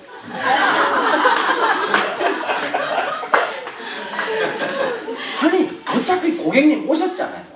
깻잎 머리를 뒤집었다 스크램 뿌렸다 오셨잖아요 고객님. 그녀는 너무 예뻤다. 아시겠죠? 특별히 아줌마들이 실수를 해요. 꼭 입댄다. 너 치마 너무 짧던 길던 지가 입고 온 거예요. 수족 냉증을 하나도 지가 하는 거예요. 냅두세요. 여러분 사수한가의 목숨 김동호 목사님 아시죠? 높은 뜻 그 수익에 계셨던 목사님. 그분이 이제 저하고 이제 만나가지고 밥 식사를 사주시면서 그런 얘기 하더라고요. 자기 처음 시작할 때 중고등부 사역부터 시작하셨다고. 옛날에 동학교 한참 할 때 고등부가 800명이 모였대요. 대단했죠, 그죠? 800명 모였는데 그 중에 눈에 딱 한 녀석이 있더라고요. 20몇 년 전에 노란색 염색을 하거나 남자애가 설교하는 내내 눈에 거슬리더래요. 계속 마음으로 저 새끼 누구지? 저 뭐지? 뭐 하는 새끼일까? 이 생각이 계속 들더라는 거예요. 근데 가만히 앉아있다가 야단을 치고, 그러니까 무슨 말인지 알겠죠? 못 봤으니까 너 뭐야? 이렇게 말이 나오겠죠. 근데 순간 딱 말하는 순간 김동호 목사님 얘기하더라고요. 자기한테 하나님의 은혜라고 하는 것은 나의 고정관념을 바꾸어서 또 다른 관점으로 보게 하는 것, 이렇게 말씀을 하시더라고요. 갑자기 야단을 치려고 하다 이 생각이 들더래요. 제가 머리 까맣게 하고 교회 안 나오는 것보다 염색하고 교회 나오는 게 오히려 낫겠다. 그때 하나님 이 고백을 했어요. 이게 김동호 목사님 얘기, 제 얘기가 아니라 하나님 대가리로 판단하지 않겠습니다. 이 고백을 그때 했다. 28년 전에. 사역적 회심이죠. 남들은 이상하다게 보지만 다른 관점으로 본 거잖아요. 그죠? 아니 귀걸이를 하든 뭘 하든 왔잖아요 아이들이. 그럴 때 걸라며. 왜냐하면 애들이 왜 그런 현상이 생기느냐. 내가 누군지를 모르는 거야. 거울에 비친 게 내 모습처럼 보이잖아요. 우리 어릴 때 그랬잖아요. 보면 살다 보면 어느 날 갑자기 드라이를 했는데 뭐 괜찮은데 이렇게 느낄 때가 있죠. 1년에 하루 정도. 그게 나라고 생각한다고. 어느 날 시험 치는데 성적이 좀 올랐다. 그게 나라고 생각하는 거고. 사실 우린 나를 모르고 살아요. 지금 물어볼게요. 여기 계신 우리 선생님들 중에서 나는 누구인가 라고 하면은 지금 사진이 마음에 드세요? 젊을 때 사진이 마음에 드세요? 예, 심리학자들이 이런 얘기를 해요. 보통 어른들은 성인이 됐을 때 27살 전후에 있는 모습을 자기라고 생각한다. 맞아요? 안 맞아요? 네. 그 말이죠. 마음이 청춘이다 이런 거 하잖아요. 똑같은 거예요. 그런데 사실은 우리도 까먹고 있는 거예요. 나라고 하는 존재를 자꾸 까먹으니까 어떻게 할까요? 학벌로 그걸 생각하고 소유로 생각하고 차가 나라고 생각하고 아니면 집이 나라고 생각하고 직장이 나라고 생각하고 그게 나라고 생각하고 살아가는 거죠. 우리가 누군지는 애들은 더 그런 게 강하단 말이에요. 이렇게 보면 달라 보이잖아요. 처음 보면은. 남들은 보면, 그러니까 남자들 입장에서 보면 중학교 2학년 애들이 그게 심해요. 자기 입장에서 입술 하나 발라보면 달라 보이고 화장해보면 달라 보이니까 하는데 남자 입장에서 보면 참 의미 없는 짓이다 이런 생각이 든다면 구조적 결함인데 그걸 아무 찍어 발라봐야 무슨 의미가 있겠어요. 그죠? 그런데 그 아이들은 그럴 때가 있는 거야. 그래서 제가 우리 교회에서 어떻게 했냐, 메이크업 화장법을 가르쳐줬어. 전문가들은 내가 만약에 내가 중학교 고등학교 교장선생님이면 어차피 수학여행 가면 애들이 메이크업을 하잖아요. 메이크업을 할 때 잘할 수 있도록 도와줘요. 그냥 떡이 되게 발라가지고 지 얼굴 색깔도 분辨 못하고 이게 막 그냥 이게 일본 뭐 나붓기도 아니고 이거 아니고 얼굴 하얗게 하고 이거 뭐 좋아하는 사람들도 아니고 이렇게 나오지 말고 그 전문가들이 하는 사람들 보면 이런 게 있잖아. 내가 여자들 보고 얘기하거든. 얘들아 화장을 한 듯 안 한 듯 하면서 느낌이 탁 있는 사람 그게 진짜 잘해. 맞아요 안 맞아요? 자기 느낌. 네, 그거 쉽지 않잖아요. 오히려 하지 말라가 아니라 좀 더 멋있게 해줘. 그리고 이왕에 했다면 이쁘다고 해주세요. 남자애들이 그 모자 쓸 때 있잖아요. 애들 그 모자 쓰고 오잖아. 예배시간 모자 그 쓰게 놔두세요. 엄마가 말려요. 뭐라고요? 엄마가 말려요. 엄마가 말린다고요. 그러니까 엄마를 싫어하는 거예요. 그건 애들 그 패션 코드예요. 그걸 건들 필요가 없잖아. 그럼 왜 그 심리가 있죠? 모자를 벗겨서 예배를 참석시키려는 강박에서 벗어나셔야 돼요. 고객님 오셨잖아. 무슨 말씀인지 아시겠죠? 성교적 관점을 가지시라고. 성교적 관점을. 어떤 확신이 있어요? 하나님의 때가 되면 반드시 변할 거라고 하는 그 확신을 가지고서 그 아이를 받아줘요. 주님께서 베드로 보자마자 가능성을 보고 뽑으셨을까요? 아니에요. 그러나 분명한 게 있었죠.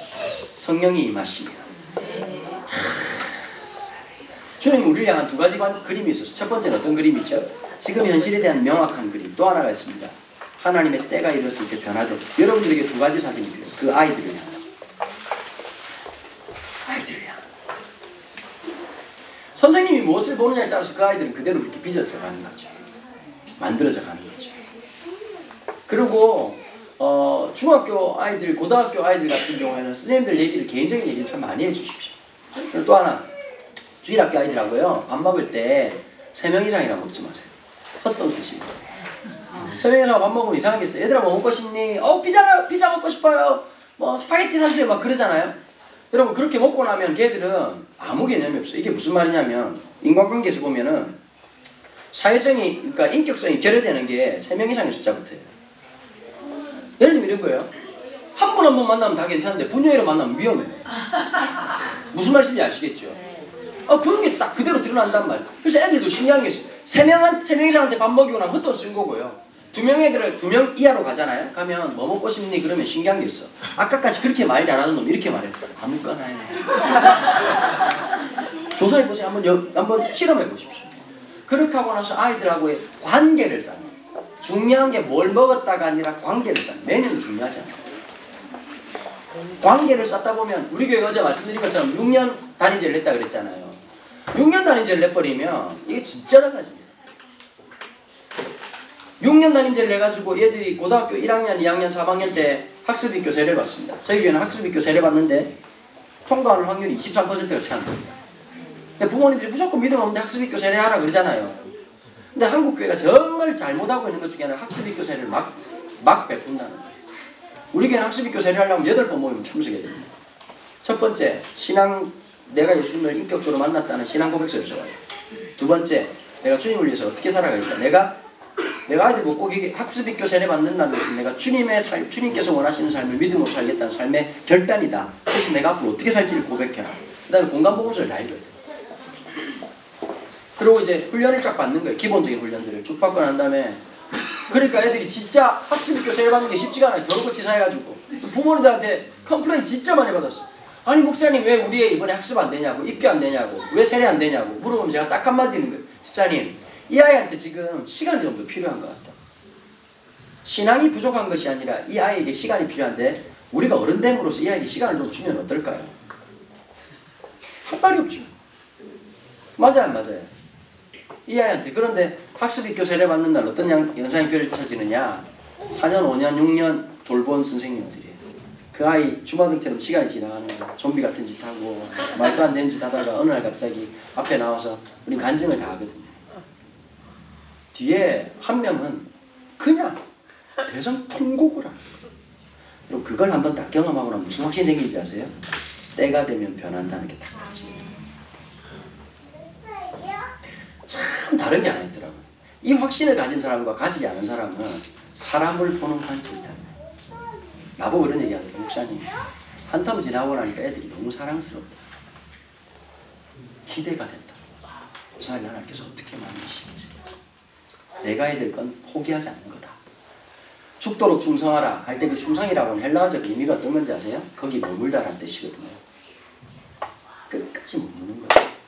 하나님 일하실 때까지. 그게 엄청나게 중요해요. 어르신들 그런 말 가끔씩 하잖아요. 그죠? 어르신들 지나고 나면 야 나중에 다 때 되면 할까?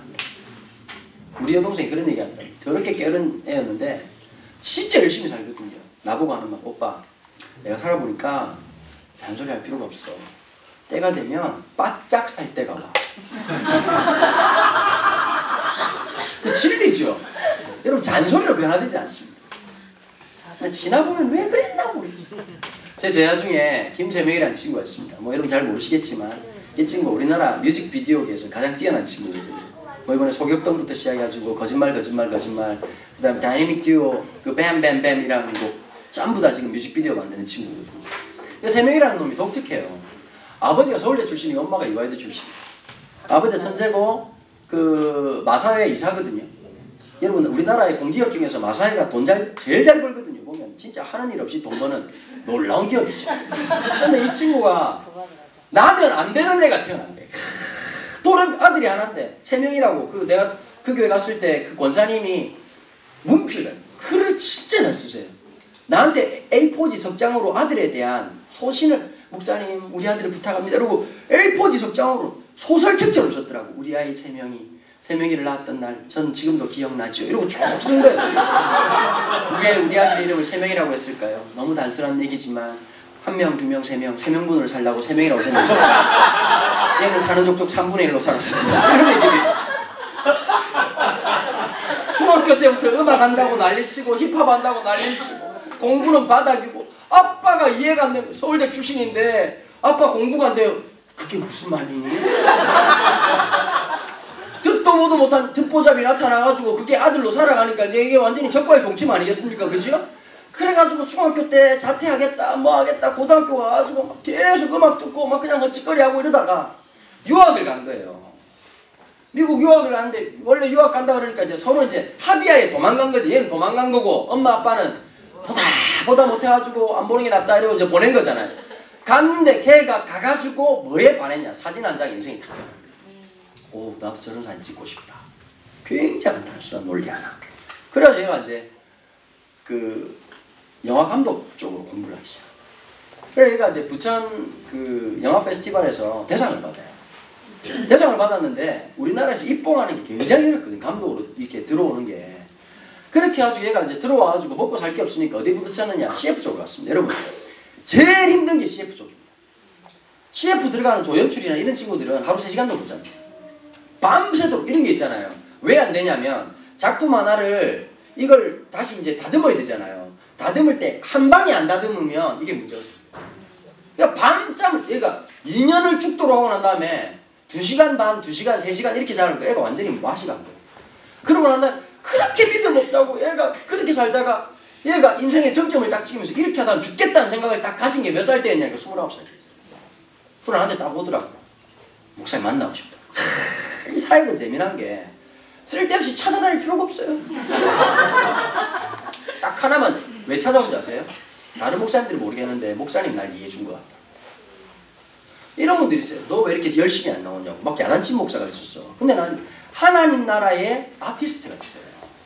여러분 하나님 나라의 공무원으로 해결이 된 사람들이 있고요. ISTJ로. 얘는 그렇게 되는 애가 아니에요. 하나님 나라 아티스트예요. 얘는. 아티스트로 대접을 해줘야 된다.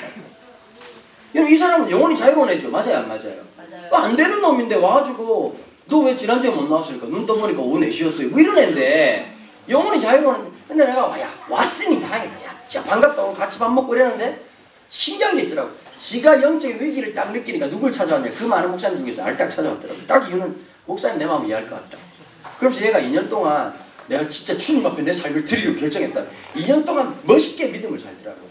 걔가 지금 이제 그 영화 감독이 돼가지고 너무너무 잘해요. 너무너무 잘하는데 엄마 아빠가 하는 말이 그건 거예요. 야, 우리는 3명이가 이렇게 될 거라고 기대를 못했다. 사랑은 아무도 모르는 거거든요. 그 속에서 어떤 일들이 일어날지, 어떤 현상이 일어날지 수많은 아이들이 있는 거예요. 사역을 하다 보면 제가 느끼는 게 있어요. 내 계획은 다 틀린다. 내 평가는 완전하게 틀린다. 하나님 나를 애들을 평가라고 부르신 게 아니다. 돕고 섬기라고 부르신 거다. 이 확신을 딱 가지면 되는 거예요. 이런 게 있잖아요. 교회마다 프로그램 중시하는 데가 있거든요. 보면 어느 교회에서 예를 들면 온누리 교회 프로그램을 가져왔다. 아니면 뭐 사랑의 교회 프로그램을 가져왔다. 왜 안 되는지 아세요? 충신교회는 그 교회가 아니니까요. 그 교회 구성 요소하고 다르지요. 제주도라고 하는 독특한 특징들이 있겠지요. 여기는 문화가 있겠지요. 여기 살아가는 또 삶의 풍토가 있고 인력 구성원이 다 다르지요. 그래서 이런 게 있는 거예요. 각 부서에서 뭘 먼저 해야 되냐면 부장집사님은 2가지를 하세요. 제일 중요한 게 부장집사님 손 들어보세요. 부장집사님. 예. 부장선생님들이 해주셔야 될 가장 중요한 게 있습니다. 회의를 자주 하지 말고 자꾸 뭘 먹여야 됩니다. 잔치집이 되면 뭔가가 돼요. 맞아요, 안 맞아요? 참 신기한 게 있어요. 갑자기 부장집사님 딱 서자마자 교사이 시작하겠습니다. 찬송가 387장 이후에 우리 총무 집사님 기도하겠습니다. 이렇게 하고 나면 갑자기 다 굳어버려요. 맞아요, 안 맞아요? 그리고 회의해가지고 자 이번에 주보 바꿔야 되는데 빨리 우리 의견 좀 내. 주보를 바꿔야 됩니다. 주보를. 그럼 선생님들 전부 다 어떻게 하고 있냐니까 휴대폰 보고 있고 막 딴짓하고 있고 막 눈 돌리고 있단 말이에요. 맞아요, 안 맞아요? 신기한 게 있어요. 참 믿게 먹고 기분 좋게 커피 한잔하고 막 떠들다가 아 이번에 우리 주보해야 되는데 어떻게 하자. 제가 할게요. 이러고 끝난다고.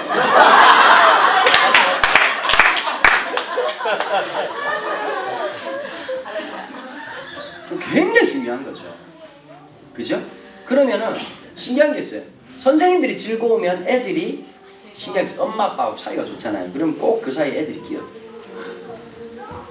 행복한 곳에 사람이 몰려들게 돼요.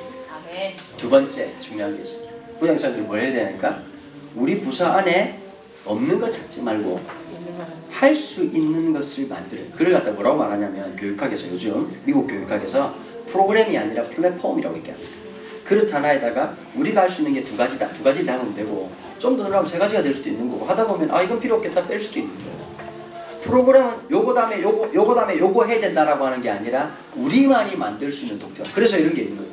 충신교회만이 가질 수 있는 독특한 컬러와 느낌을 하나님께서 만들라고 여기 부르신 거라고 해요. 획일성이 아니라. 그래서 그건 어디서 나올까요? 선생님들끼리 잘 놀아보고 해보면 아는 거예요. 참 신기한 게 우리 교회에서 그 음식 담당하는 권사님이 계세요. 그분은 보니까 먹는데 생명것입니다. 전라도 출신이신데 음식이 너무 중요한 뭐 이분이 그러니까 음식 준비하는 게 너무 행복한 그리고 딱 한마디만 해주면 너무 기뻐. 권사님 오늘 막 오우 성령이 임하셨다. 나 오늘 밥할 사이에 여호와의 임재를 느꼈다. 끝! 맞아요, 안 맞아요? 그분이 그 사이에 가면 되는 거예요. 그죠? 평가해주고 위로해주고 격려해주고 칭찬해주고 선생님들마다 다 그런 분들이 계시는 거예요. 그걸 잘 배치해 주시는 게 부장선생님들이 해야 될 가장 중요한 거. 아 이거 좀 해주셨으면 좋겠다.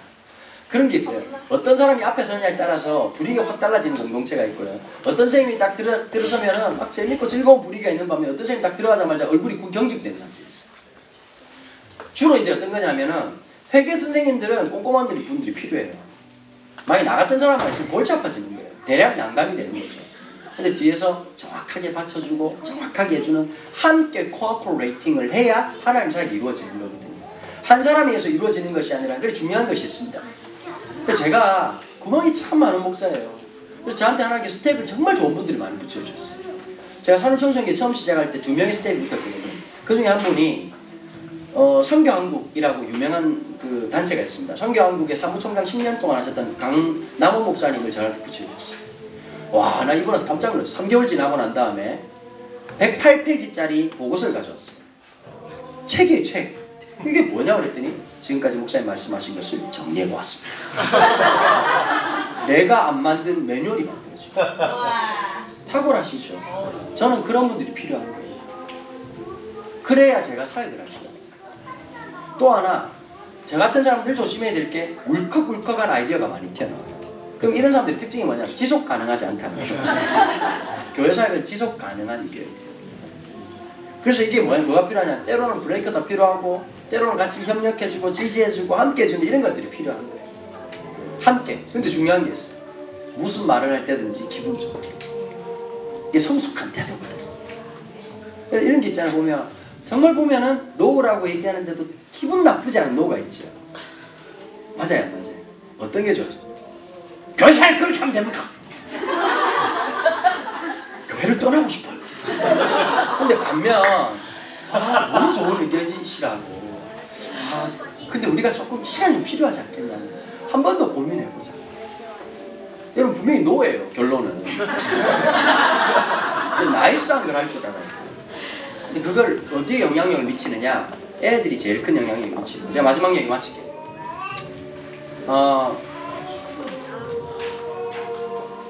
교회가 어려움을 당하잖아요. 교회가 문제가 많아지거나 많아질 때 제일 피해를 보는 게 누군지 아세요? 아이들. 자녀들. 그걸 잊으면 안 돼요. 그러니까 깊이 아이들을 돌아요. 아멘. 여러분 이런 게 있잖아요. 내가 부모로서 어려워지고 힘들어질 때마다 저는 어딜 가냐면 우리 아이들 방에 들어가거든요. 하루에 꼭 밤에 집회 끝나고 새벽 2시든 3시든 들어가면 꼭 아이들 방에 들어가요. 거기서 뭐가 나오느냐? 내가 아버지라고 하는 자아가 나와요. 제가 느낀 게 하나 있습니다. 우리 그냥 은혜 안 받습니다. 쉽게. 근데 이상하죠. 어떤 자아가 나올 때 눈물이 날까요? 내가 엄마라는 자아가 나오고 아빠라는 자아가 나올 때 눈물이 나요. 우리 강팍한 영혼도 내가 이 아이의 그 아이를 위해서 기도할 때 눈물 흘리지 않는 부모 제가 못 본 것 같아요. 여러분 우리한테 이것만 있으면 해결됩니다.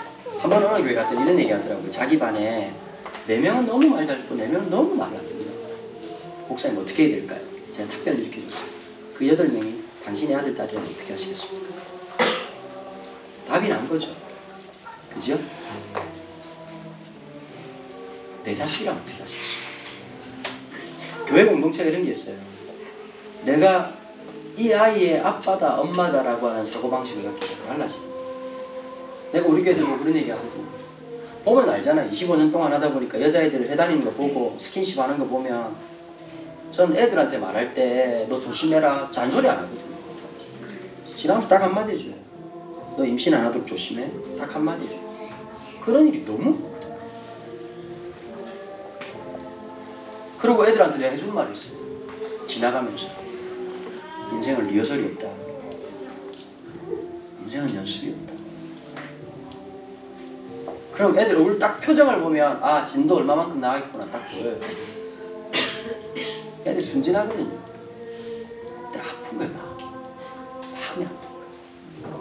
근데 어떡하겠어요. 한 애가 찾아왔어요. 남자애가 23살짜리 애인데 나보고 그러더라고. 자기 한만 생각해도 성 도착증 같다. 그냥 순진하더라고 보니까. 자기한테 있었던 일, 여자들하고 관계를 어떻게 했는지를 얘기하시죠. 그러니까 내가 그 마음이 들더라고. 내가 영혼이 얼마나 답답했으면 누구한테 쏟아놓고 싶은 마음이 있죠, 그지? 고해성사라고 하는 이상한 심리가 있죠, 사람들한테. 누구한테 말하고 싶어. 근데 그 아이가 그 말을 하는데 제가 보세요. 어떻게 보면 얘는 쓰레기 같은 애였어요. 그 마음이 들더라고요. 주님이라면 어떻게 하셨을까? 여러분 어거스틴이 엉망진창으로 살았잖아요. 그거 아세요? 어거스틴이 흑인이었다는 거. 세네갈 출신입니다. 자, 그랬던 사람을 하나님께서 하나님의 귀한 사람을 받아들이시죠. 아, 교회가 그런 곳이구나. 교회됨의 영광이 이런 것이구나. 세상 끝났다고 말했지만 주께서 그런 사람들을 쓰시기 시작. 오네시모 버림받았던 종. 그러나 이제는 네가 종으로 알지 않고 하나님의 같은 권속으로 알았으면 좋겠다고 추천하는 사도 바울의 모습. 이게 복음의 영광 아니겠습니까? 여러분 하나만 확신하십시오. 여러분들이 보는 그 아이들을 통해서 하나님께서 한국교회 새롭게 하실 겁니다. 우리가 본 것은 무엇이라고요? 아이들이 아니라 하나님의 영광입니다. 그리고 하나님께서 일하실 겁니다. 너무 고맙습니다. 여러분들 어쩌셔서 감사하고요. 힘들 때마다 또 기도하고 좀 너무 열받고 이러면은 한라산 올라가서 소리 들으시고 커피도 드시고 솔로차도 드시고 이렇게 또 화이팅하고 또 한번 가보고 그런 거 아니겠습니까? 기도하겠습니다. 하나님 감사합니다. 귀한 교사들과의 또 시간들을 갖게 하시니 하나님 우리를 통해서 이루실 하나님의 영광이 있음을 고백하게 하여 주옵소서. 그것이 어떤 일인지 모르지만 분명히 주님께서 놀라운 일들을 행하실 것이고 열매 맺게 하실 것을 기대합니다. 주님 우리를 써주시옵소서. 우리의 삶을 받아주시옵소서. 감사를 드리며 주 예수 이름으로 기도합니다. 아멘. 감사합니다. 네, 감사합니다. 여러분, 우리가 이제 스타트했습니다. 2015년 힘을 다해서 영혼을 섬기는 마음으로 잘 섬겼으면 좋겠습니다. 우리 특별히 오늘 이제 마무리 다 같이 기분 뜨겁게 하고 싶지만 오늘은 그렇게 안 끝내고요. 한번 저를 따라 고백하고 우리 오늘 교육장로님 오셨는데 장로님도 기대해 주시고 마무리 하도록 하겠습니다. 여러분 한번 따라해 보실까요? 제주충신교회가 아이들을 받아들이는 공동체가 되었으면 좋겠습니다. 평가하지 않고 사랑하는 공동체가 되겠습니다. 아멘 하시죠? 네, 우리 장로님 나오셔서 말씀해 주시고 마무리 기도해 주시겠습니다.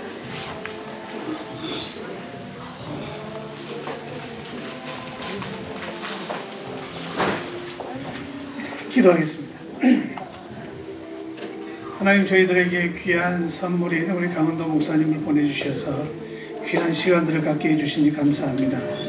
누구보다도 저희들을 잘 아시는 주님께서 바쁜 와중에서도 이렇게 다음 세대를 사랑하는 마음으로 이렇게 모였습니다. 하나님 우리 제주충신교회 우리 다음 세대를 하나님께서 기억하셔서 이 다음 세대가 정말 대나무 순이 씨앗을 뿌렸을 때 4년이나 지나서 순이 나오는 것처럼 우리가 인내하며 기다릴 수 있는 그런 믿음을 허락하여 주시옵소서. 하나님 무엇보다도 더 귀한 선물인 우리 교사 선생님들 하나님께서 기도하고 소원하는 모든 일을 하나님께서 이루어 주시고 그 삶 가운데서 하나님의 선한 영향력을 끼칠 수 있도록 도와주시옵소서. 저희 모두가 선생님이고 저희 충신교회 성도들 모두가 선생님이라는 마음을 가지고 다음 세대를 위해서 기도하며 쓰다듬어주고 안아줄 수 있는 저희 충신교회가 되게 도와주시옵소서. 오늘 여러 모양으로 많은 분들이 오셨는데 하나님 돌아가는 발걸음도 지켜주시고 인도하여 주시옵시고 모든 하는 일 가운데 하나님 친히 개입하여 주시옵소서. 이 모든 일을 준비하고 계획하신 우리 권호희 전도사님과 함께 하시고 모든 사역자들 위해 하나님께서 기름 부어 주시옵소서. 예수님 이름으로 감사하며 기도드리옵나이다. 아멘.